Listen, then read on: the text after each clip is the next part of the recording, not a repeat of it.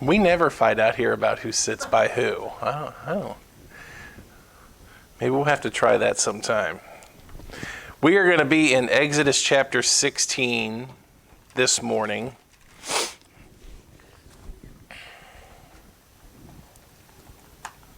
Wednesday nights we have been going through the book of 2 Corinthians, and this past Wednesday night in chapter 8, as Paul was dealing with the subject of Corinth and the collection for the saints that were at Jerusalem, he made reference to the episode in Israel's history from Exodus chapter 16 where manna was supplied to them.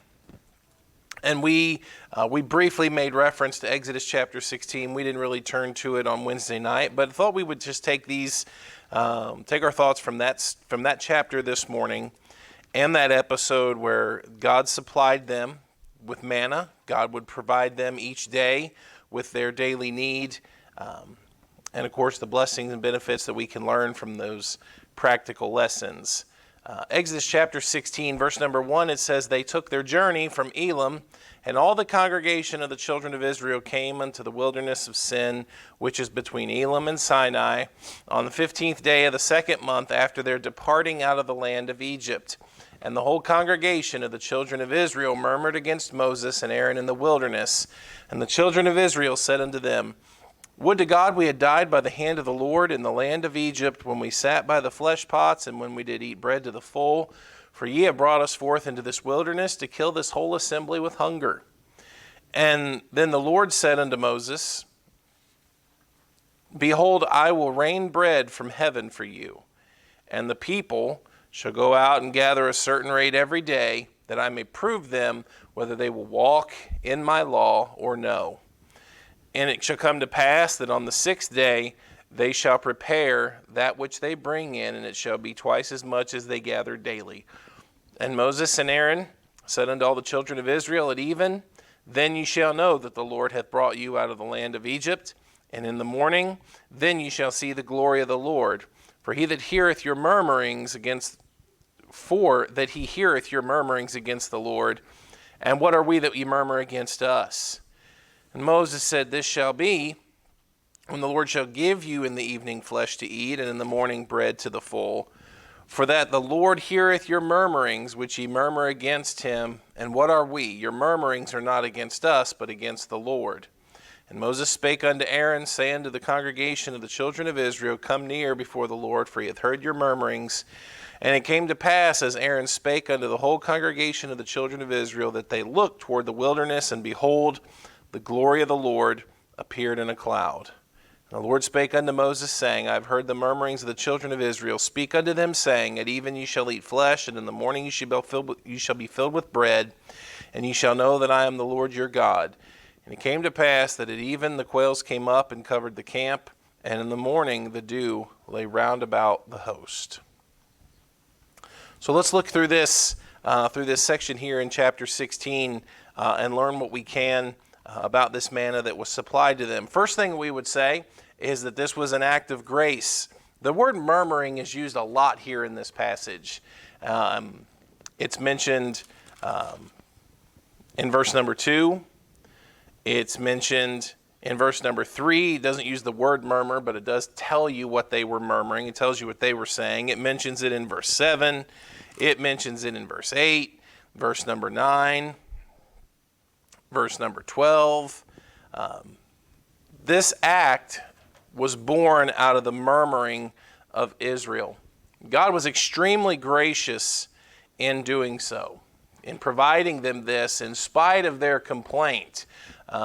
Murmuring is a complaint, but murmuring is a complaint that is slanted with bitterness. There's a complaint that's a festering aggravation of the mind and of the heart. And the people here were bittered. Let's notice a couple things about murmuring here from this passage. First of all, murmuring is an indication of great forgetfulness. The Bible will just tell us here in the previous chapters, you don't even have to go back far, chapter 14, chapter 15, Israel had been saved at the Red Sea. Israel had found the bitter waters made sweet. God had not yet led them to a place that he couldn't provide for them. Now, he would often lead them to a place where they, of their own ability and of their own selves, could feel hopeless, could feel inadequate, could feel without ability. But God had not yet led them to a place where he could not and would not provide for them. When they were backed up against the Red Sea and Pharaoh's army pursued them, God supplied help at exactly the right time that it was needed. When they came to the waters that were bitter and they were thirsty, God provided a way that those waters be made sweet and everyone be able to drink. And we learn in this passage that it's been about 6 weeks or so since they left Egypt. The indication is that whatever they came out with, it's run out. They have run out of their own supply, and now they're hungry. And in this passage, they murmur. We should have just stayed. Forgetful that every step of the way thus far, God had supplied and God had helped. So that's the first thing we would say about murmuring. Murmuring often is an indication of great forgetfulness. We often murmur and complain and are forgetful of all that God has done. When God, I would say, has earned or garnered himself the benefit of the doubt in our lives. Our complaints are often too hasty. Secondly, I would say, not only is murmuring an indication of their great forgetfulness, murmuring often evidences itself against people. Now, the Bible makes it clear that their murmuring was against God. Now, maybe they didn't see it that way, and maybe they didn't pretend it to be that way.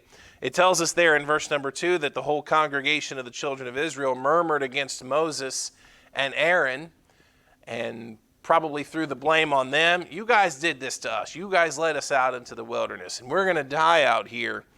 But you get down to verse number 7, 8, and 9, and it mentions here that he heareth your murmurings against the Lord. Moses and Aaron were able to discern and understand it's against the Lord. Yes, it's displaying itself against us. But obviously the Lord is the one that had led them thus far. The Lord is the one that had brought them this direction and brought them to this place. What are we, they say, that you murmured against us? What are you so mad about us? What are you mad at us for?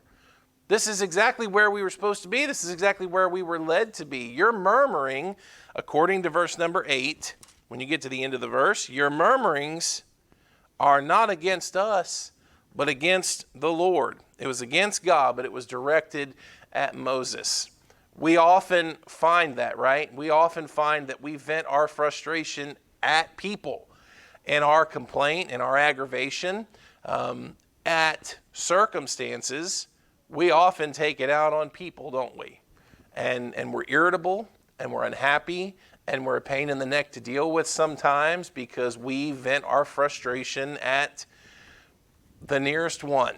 And they have found in Moses, and Moses is going to be a very good intercessor, and believe me, Israel is going to take advantage of that because they are going to vent their frustration on him and at him at almost every turn over the next 40 years.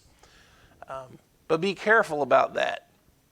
Moses was able to discern, and Aaron was able to discern, and I think that if we were honest, we would say that a lot of our frustration and complaint and murmuring at times is at the situation, right? It's because they've run out of food. It's because they ran out of food. But it's evidencing itself in their harshness and in their attitude toward people. Let's be careful that even in our frustration, don't take it out on people. If we can help that, if we can at all be conscious of that in the time that we're going through it. I realize that's easier to say than to do. I realize it's easy to diagnose it when you're not in the middle of a complaint. But I think that if we were honest, we can see that about ourselves, that we vent our frustration at people. And Israel's guilty of doing just the same. Let me also say this about murmuring. and complaints that are born out of bitterness. The third thing I would say is that they're always prone to exaggeration. You read verse number 3, and if I can say this in the right attitude, verse number 3 is one of the most obnoxious things you'll read in the Bible. Would to God we had died by the hand of the Lord in the land of Egypt. And notice what they say. When we sat by the flesh pots, and when we did eat bread to the full. Boy, we remember how good things were in Egypt. Then why did you cry for 200 years to be delivered from it? Murmuring and complaining is always prone to exaggeration, right? And we should be careful not to fall into the snare of exaggeration. Oh, no one's ever had to deal with this. No one's ever gone through what I'm going through. I'm never going to get through this. This is the end. This is the worst thing that could have possibly happened. Those are statements of exaggeration. They're not honest with the facts. They're not honest with the circumstances. They're born out of complaint.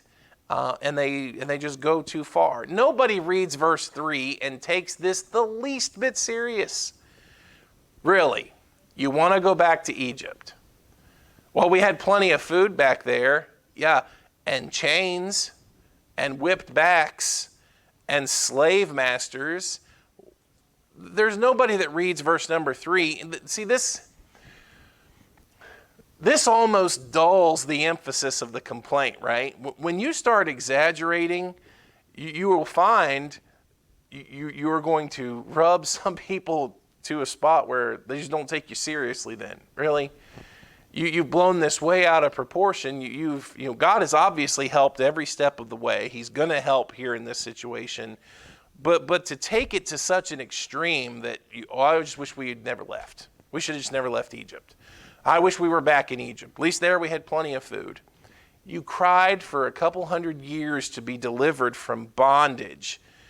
And now every step of the way, they're talking about the good old days, back when we were in Egypt. Just be careful with that. Be careful about exaggeration.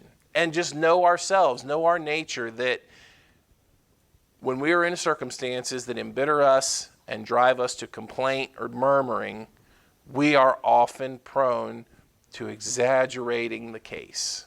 Okay?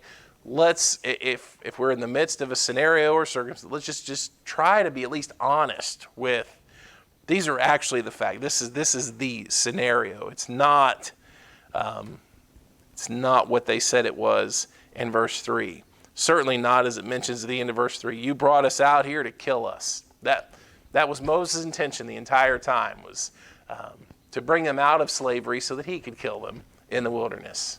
It's just silly, and so we got to be careful about that. But these things here, Israel's forgetfulness, their murmuring both against God and evidencing itself against people, and their proneness to exaggeration all display for us that this is an act of grace. And as many times as they're reminded of their murmuring, Moses and Aaron keep coming back to the fact that God's still going to provide for you. God is still going to take care of his people. God did not bring you into the wilderness to slay you with hunger. God did not deliver you from bondage to have you fall of hunger 6 weeks into the journey.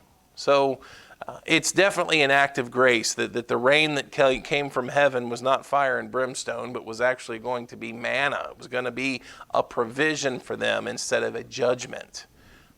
That's wonderful. That's a wonderful thing. Number 2, after being an act of grace, we would say, number 2, that this manna is a test of Israel.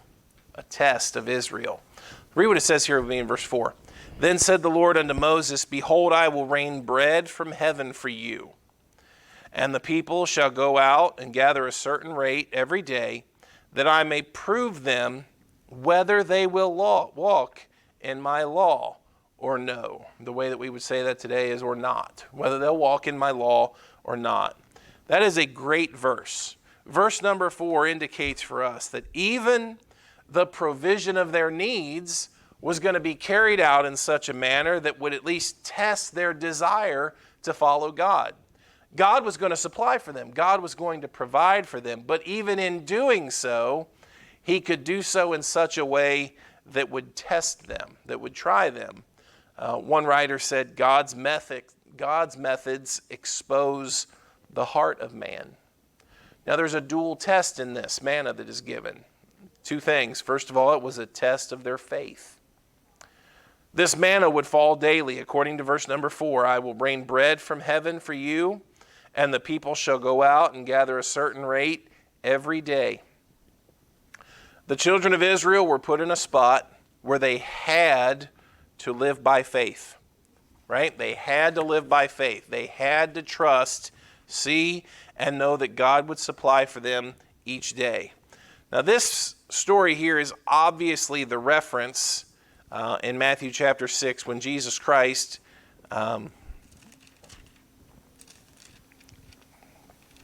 taught his disciples to pray, or gave the model prayer.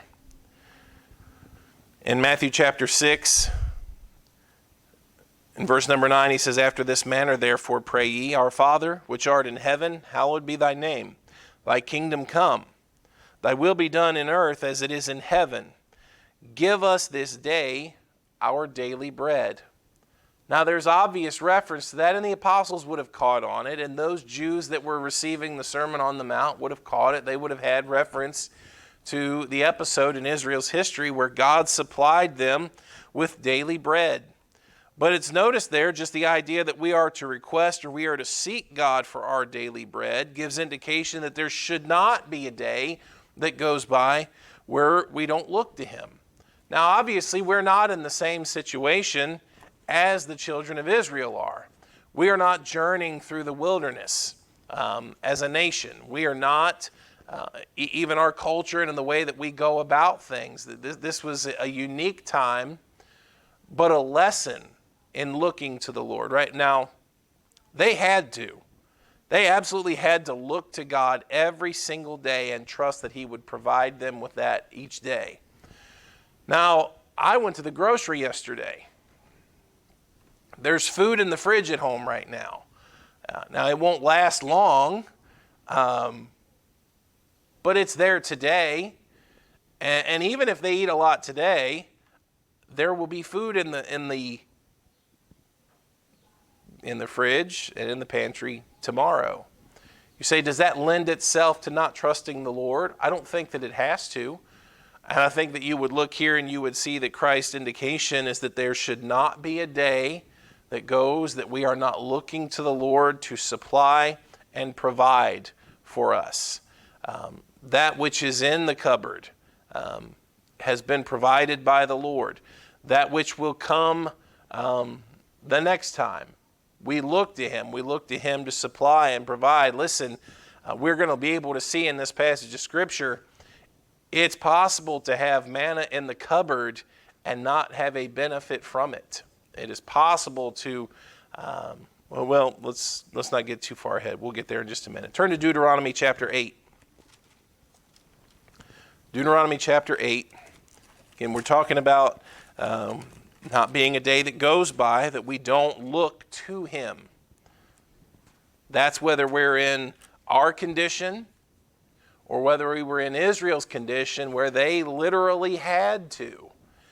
Deuteronomy 8 verse 3, it says, And he humbled thee, and suffered thee to hunger, and fed thee with manna, which thou knewest not, neither did thy fathers know, that he might make thee know that man doth not live by bread only, but by every word that proceedeth out of the mouth of the Lord doth man live. It's not just about the bread. It wasn't just about the food itself. It was about a reliance, a trust in God and his promise and in his provision. Manna was given to produce faith. Man does not live only by his own efforts to acquire what he needs. There has to be a looking to the Lord, a trust in him. And man doesn't just live by bread. He lives in trust and looking to all that proceeds from God. Yes, God places us in positions to prod our faith along. He did that with Israel. That's what it tells us there in this verse, that he might make thee know that man doth not live by bread only. God put Israel in a position where they had to trust him. Now, we don't generally see it as much, with the daily amount of food that we need. But even the New Testament tells us that God continues to work on us via means of trial and tribulation to prod our faith, that we might trust in him, that our faith might grow. And James chapter 1 tells us all about that. So it was a test, obviously, of their faith. Number 2, we would say that it was a test of their obedience. Let's look again in our text. Exodus chapter 16. Obviously, it was a test of their faith, but it was also a test of their obedience.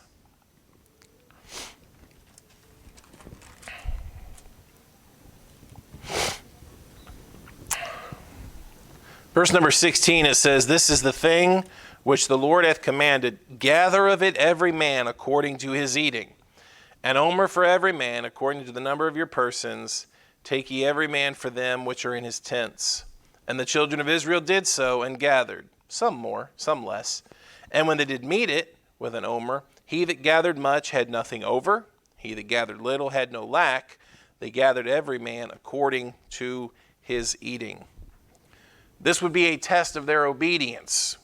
While what was coming had to be received by faith, obviously they had to trust the Lord for it, they actually had to go out and gather it. They had to put forth their effort. They did have to work, and each morning they were required to go out and to gather what they could. Now, obviously, depending on someone's age, strength, abilities, the Bible tells us, obviously, some could gather more and some could gather less. That was obviously not a hindrance in people being provided for, because when they did meet it out, when it was doled out, everyone received what they needed. Okay? Everyone received a portion that they needed. That would obviously protect them from being greedy. They weren't to be greedy. It tells us there in these passages. Look at verse 20. "Notwithstanding, they hearkened not unto Moses." It tells them in verse 19, Moses said, "Let no man leave of it till the morning. Notwithstanding, they hearkened not unto Moses, but some of them left of it till the morning. And it bred worms and stank. And Moses was wroth with them." They weren't to be greedy. Greediness is a scourge. And I think sometimes the writers of Scripture were able to see that. You've got the writer of Proverbs that asked the Lord, don't let me have poverty or riches. Don't put me into the place where I steal and blaspheme, or have great riches, and then I become self-reliant and blaspheme. There was a desire to be put in a place where what? Where his needs were met, where there was neither poverty nor riches. Paul, when he writes in 1 Timothy chapter 6, he mentions with the things with which we should be content. 1 Timothy 6 and verse number 8 says, "Having food and raiment, let us be therewith content." If we have our needs supplied, learn contentment with those things. We didn't come into this world with anything, he says. We won't leave with anything. If by God's grace we are walking through this world with our needs met, man, that's a benefit. That is a blessing that should spur us to contentment. They weren't allowed to hoard it. Now, obviously, because some have the ability, when the manna came down, when the bread came down from heaven and lay on the ground in the morning, you could gather as much as your ability would allow you to gather. And then the Bible tells us that they hoarded it, and there were some that stored it up. And verse number 20 tells us some of them left it until the morning, and it bred worms, and it stank. And Moses was wroth with them. That destroys the picture, right? That destroys the purpose of the daily bread, of trusting God each day. Obviously, there were some that thought, well, why don't I just go get a week's worth at a time? Well, I don't want to have to do this every single day. So one morning I'll get up and I'll put in a lot of time that morning. I'll gather as much as I can and I'll have it for that week. No, that's not how that works. The very next day, when you went to the cupboard to get your stock, it was wormy and it stank and it was unedible and you couldn't do anything with it. And it made Moses mad. Like, he's providing for us every day. This is how he set it up. What are you doing? Gather every day, the Bible says. And Moses had instructed them. They couldn't be lazy. While they couldn't hoard it, also you would say that laziness would get you in trouble. Look at verse 21 of our text. They gathered it every morning, every man according to his eating, and when the sun waxed hot, it melted. If you want to sleep in, and you don't want to get up and go gather every morning like everyone has been commanded to, well, guess what happens in the heat of the day as the sun comes up? It melts. Laziness is not to be commended, right? They needed to get up. They needed to trust the Lord, but in trusting Him, they also put forth feet. They put forth effort and went and collected it. No sleeping till noon and letting everybody else collect and, I'll just go out and I'll try to find what's left over, in the evening. That's not how that worked either. When the sun came up and the sun waxed hot, get out there and work.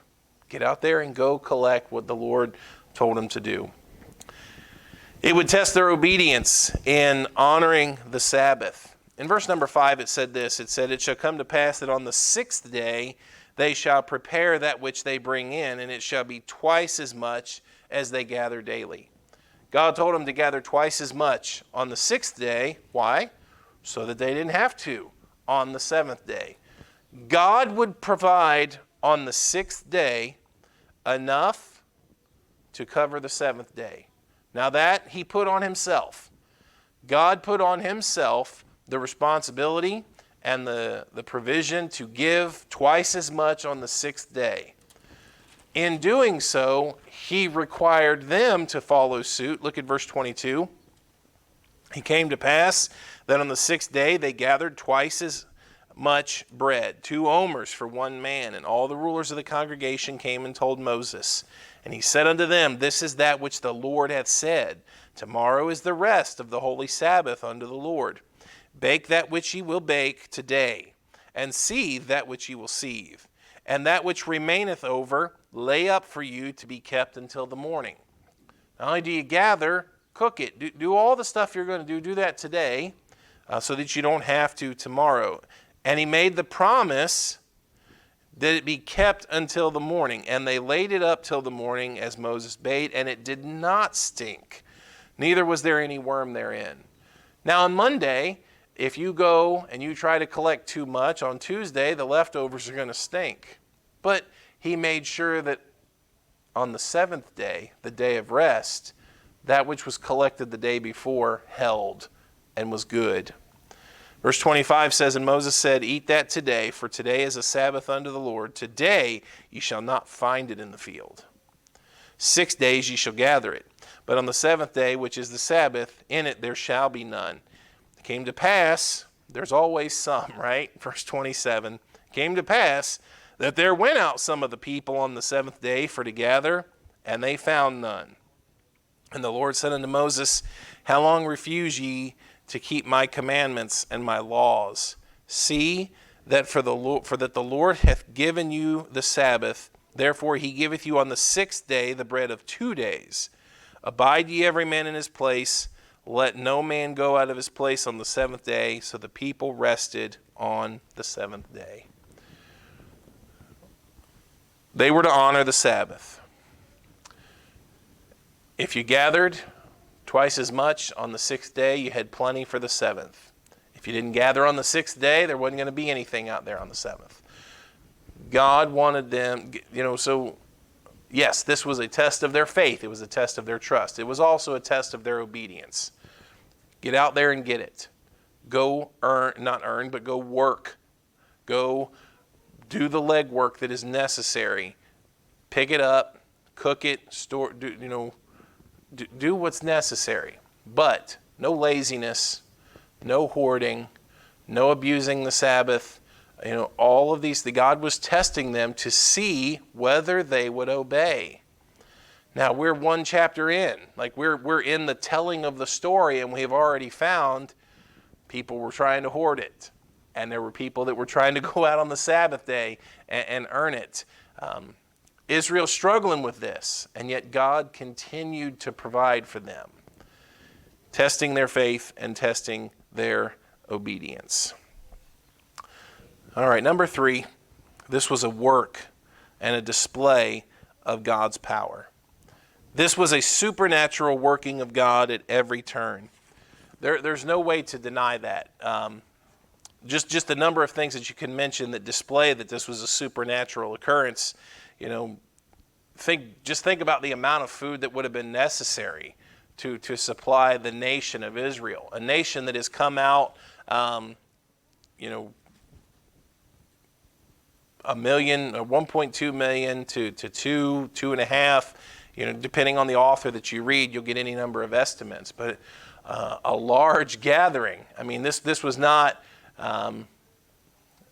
bread from heaven or quails that came down that can be explained away. You're like, well, he was trying to feed 6 people, and a couple of quails fell from heaven, and that was enough. No, you're talking about feeding an entire nation of people. This was a miracle. It was only supernatural could explain why double manna would fall on the 6th day and none would fall on the 7th. You couldn't explain without the supernatural why manna that was kept overnight rotted every night except the 6th night into the 7th day. But most importantly, turn to Joshua chapter 5.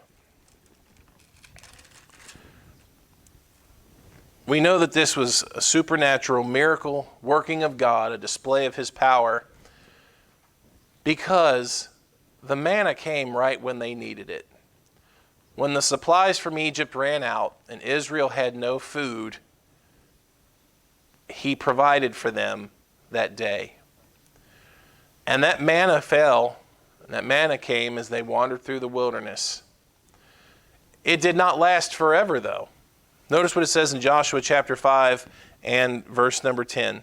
And the children of Israel encamped in Gilgal and kept the Passover on the 14th day of the month, even in the plains of Jericho. And they did eat of the old corn of the land on the morrow after the Passover, unleavened cakes and parched corn on the selfsame day. And notice this, verse 12. And the manna ceased on the morrow. When did the manna stop? After they had eaten of the old corn of the land.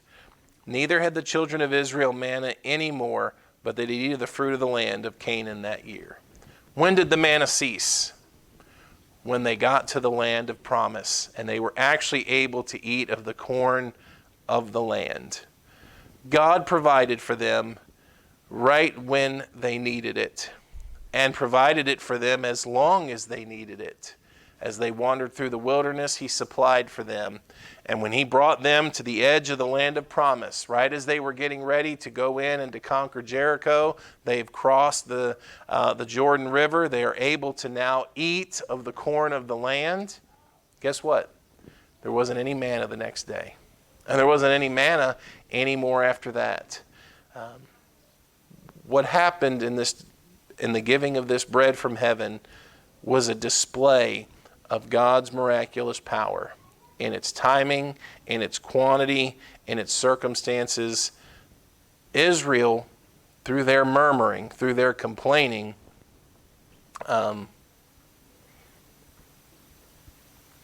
were still able to see God provide for them in such a special way that you can only explain as being by the very hand and graciousness of God.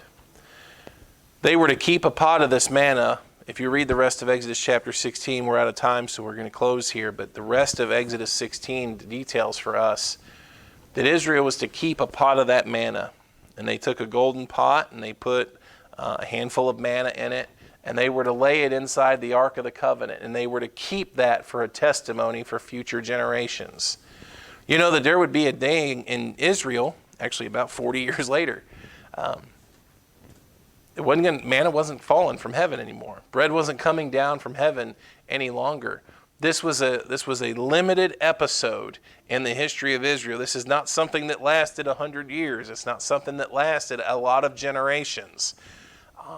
It was a definite thing for a definite period of time, but God required that they keep some of that as a memorial and as a remembrance for future generations. God can provide for you. God always provides, and he often displayed that to Israel by providing just enough, just at the right time, just when they absolutely needed it. And as it was meant to spur their faith, let that story spur ours. Let that help us to know that God can provide for us, that our murmurings and our bitterness are often very misplaced and misdirected. But let's work on trust. Absolutely, we work on our effort. We work on the part that we have control over and the things that we know to do and can do. But we rely on him. We look to him for our daily bread. We look to him to provide those things that we need. And we trust that he will. Father, we're grateful to come today.